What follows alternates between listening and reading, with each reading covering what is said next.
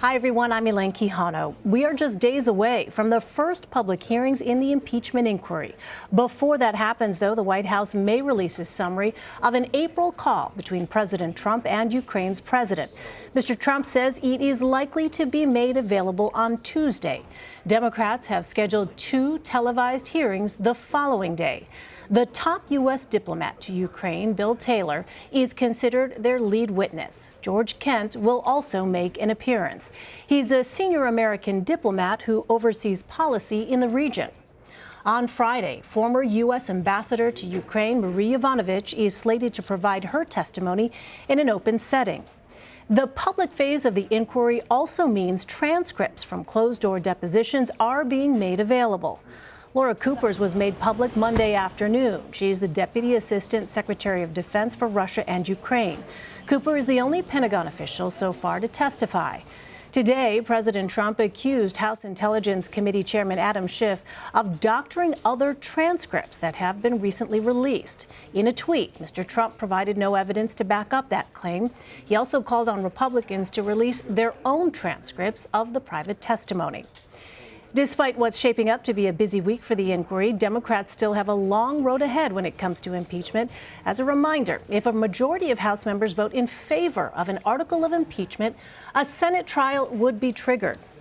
At least 2/3 of senators must find the president guilty for him to be removed from office. Let's bring in our panel. Paula Reid, Zeke Miller, Susan Page, and Natalie Andrews. Paula is a CBS News White House correspondent. Zeke is a CBSN political contributor and White House reporter for the Associated Press. Susan is the Washington bureau chief of USA Today. And Natalie is a congressional reporter for the Wall Street Journal. Welcome to all of you. No shortage of news to get to. And Zeke, I want to start with you right off the top here. Laura Cooper's testimony, what are we learning about what was actually released today? Well, she's providing a behind-the-scenes window into what was going on inside these deputies committee meetings of the National Security Council as this aid was held up. She confirmed just the amount of aid that Ukraine was potentially going to lose, about $100 million. She confirmed some of the timeline of when Ukraine found out, the concerns raised by the Pentagon and others in the national security establishment that this aid was being held up at all. So all of that, it's providing more color to the testimony that we've seen in private so far and we'll see in public later this week. So, Paula, how is the White House preparing for this first round of public testimony this week? Well, any public strategy is coming across the president's Twitter account. The president has repeatedly insisted that there is no team here at the White House, that he is the team. And he's used his Twitter account to attack anyone who he does not believe is adequately defending him, including Republicans. He's already said today, he's like, look, nobody should say that the call wasn't perfect, but he said it was a perfect call. He's continuing to make that argument. He's also used his Twitter account to attack the whistleblower, attack the witnesses. We know, though, there may be some reinforcements coming. A senior White House official has said that there will be 2 additional folks coming on board to help the president and help the White House with messaging. One of those people is former Florida Attorney General Pam Bondi. The other is former Treasury official Tony Sayegh.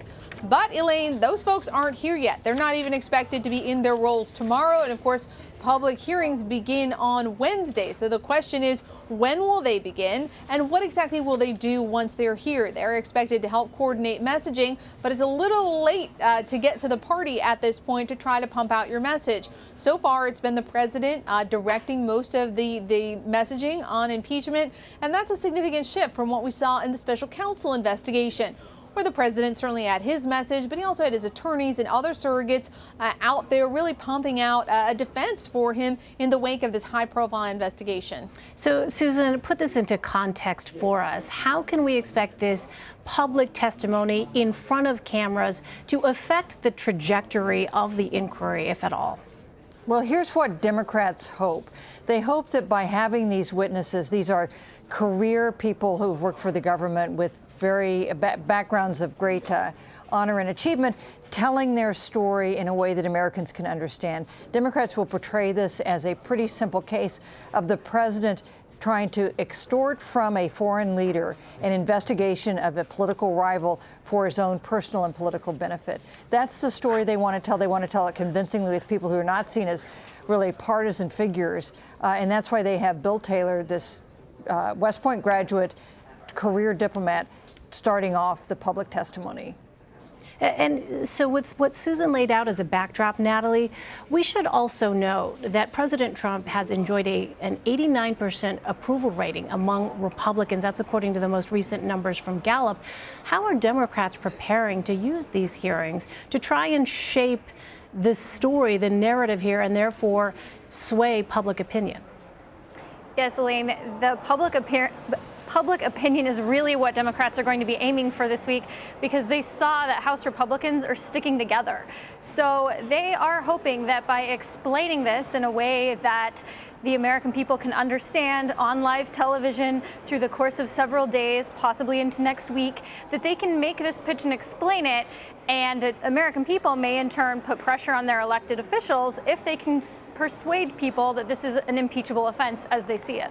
And so, Zeke, let me ask you, how confident is the White House right now that, in fact, it has all of the Republican lawmakers, both in the House as well as on the Senate side, in check and essentially willing to stand with the president? I mean, we saw from the impeachment inquiry vote that was a sign for the White House that perhaps Republicans are willing to stand by the president. In the House right now, they're very confident. They think they have the House pretty much locked down solid.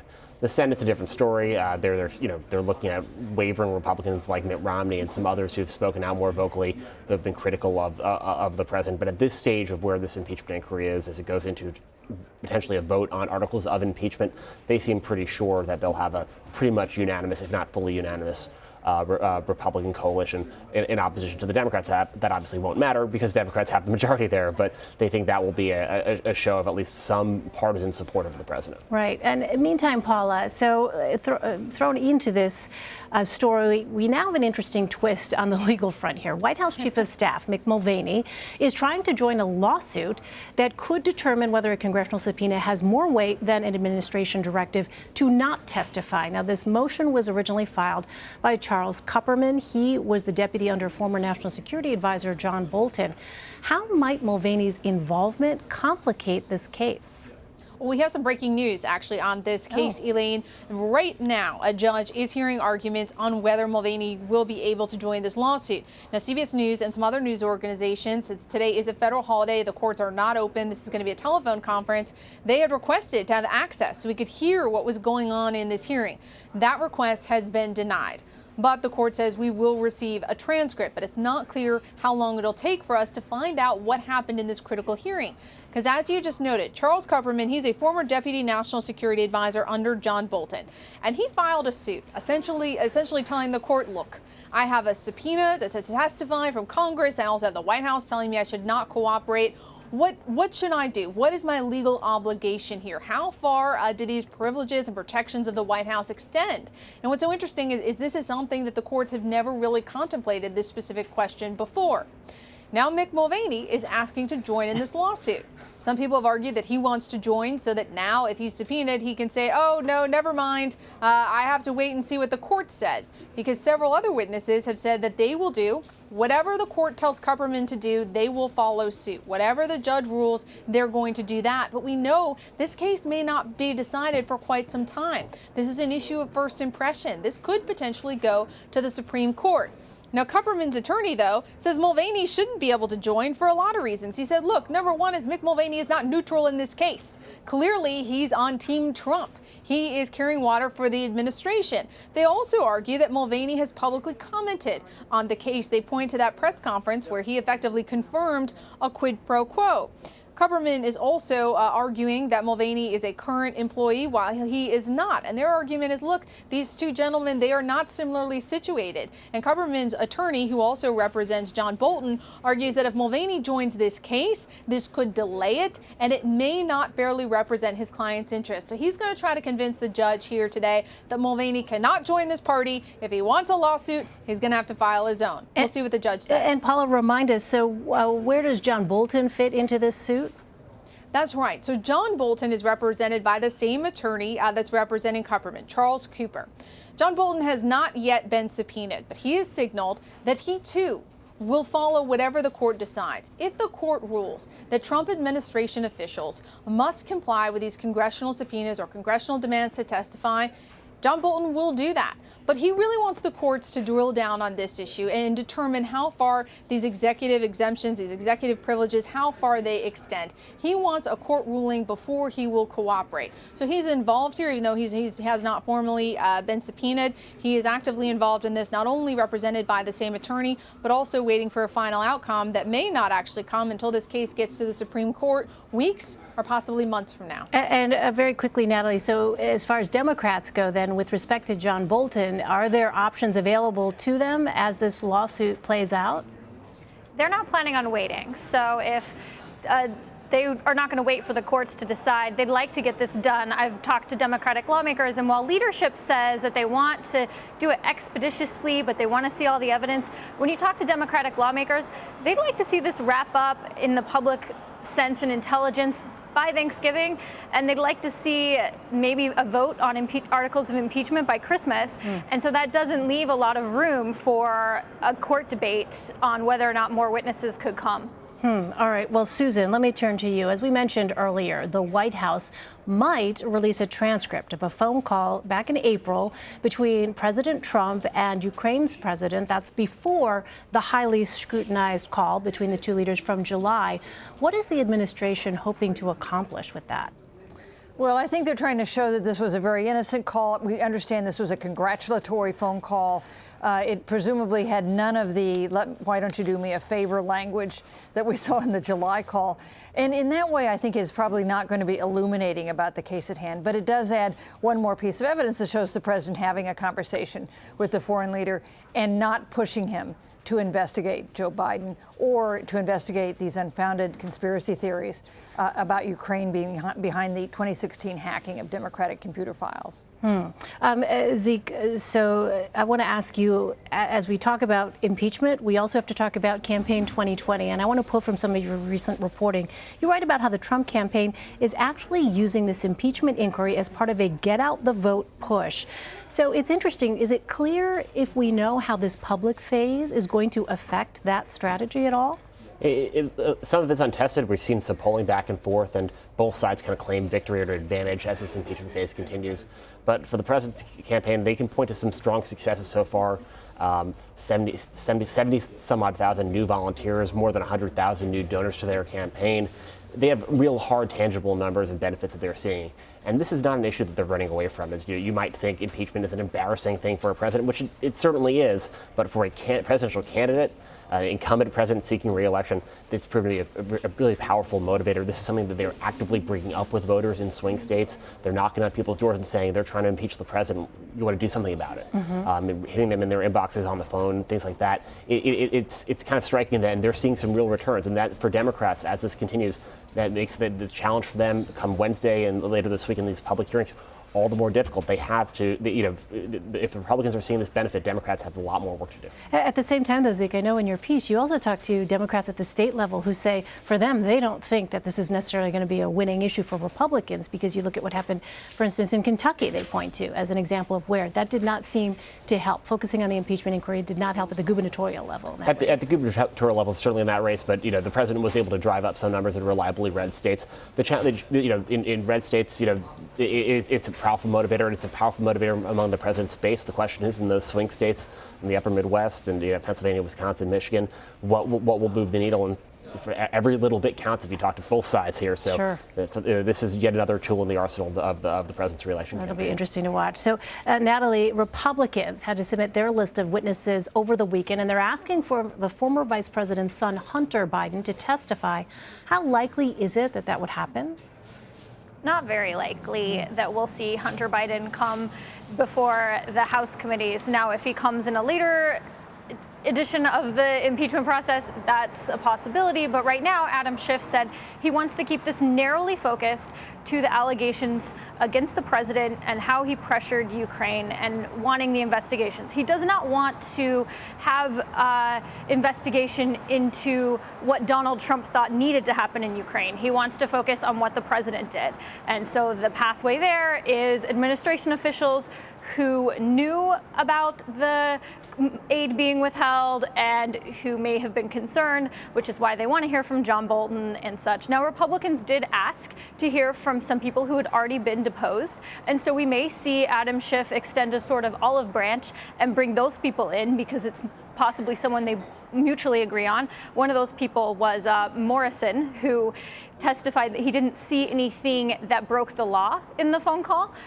It's not a very strong defense, certainly, but something that Republicans latched onto as, say, this guy saw the call happen and did not think a law was broken here. Interesting. All right. On another topic, Zeke, former UN Ambassador Nikki Haley told CBS News over the weekend that officials inside the White House are trying to undermine the president. And I want to take a listen to this exchange between Nikki Haley and CBS Evening News anchor Norah O'Donnell.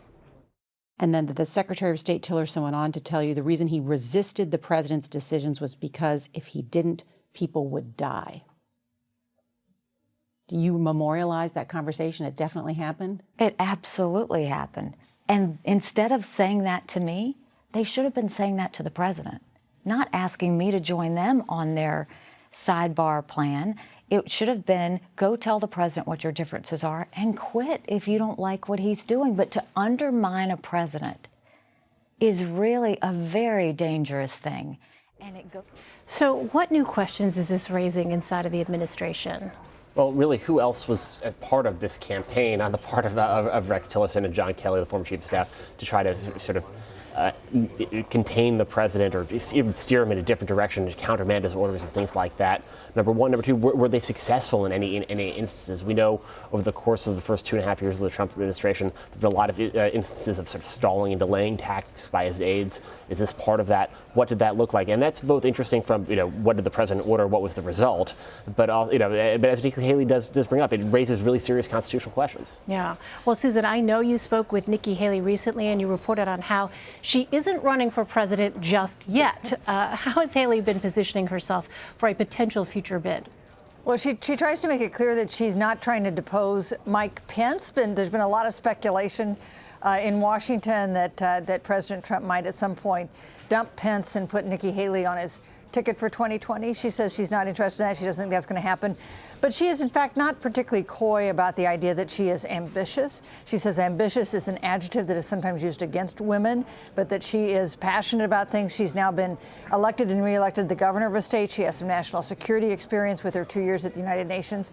She is clearly interested in seeking the White House. She's just 47 years old, so she has some time to look at a presidential race. She's trying to stay current in part of the conversation. This new book is part of that effort. Fascinating. Well, finally, Paula, a federal judge in New York dismissed a lawsuit Monday filed by President Trump.